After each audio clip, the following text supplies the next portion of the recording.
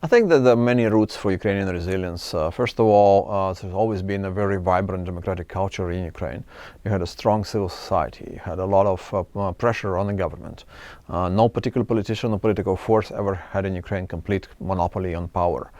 I think it goes really deeper into ages, but in recent decades you had two Maidans, two massive political protest movements in Ukraine when Ukrainians were not happy with their government and they went into the streets to demand immediate change, and in both cases successful actually. So I think that's what really distinguishes us from Russians, say.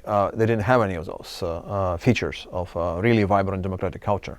So that's why Ukraine was really more prepared, better for the war, and also in terms of Ukrainian military, been fighting in Donbass for 8 years since 2014, and many Ukrainian military went through Donbass and rotated out of it and learned some, very valuable experience in fighting this low-intensity war. So Ukrainian military was better prepared, unlike Russian military for that particular matter.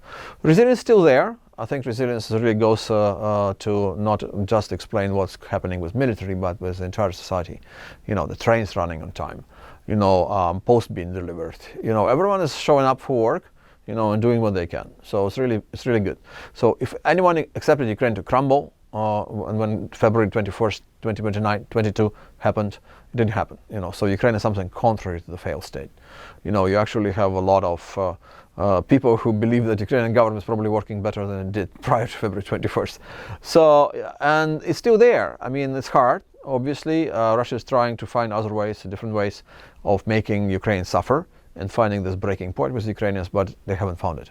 Neither with military, not with the rest of society. So there is a lot of consolidation and unity among Ukrainians. There is a lot of pain, obviously, but there is also anger and resoluteness and willingness and strong will to continue to fight, because it's an existential fight for us. If we stop fighting, we'll just maybe cease to exist as a nation.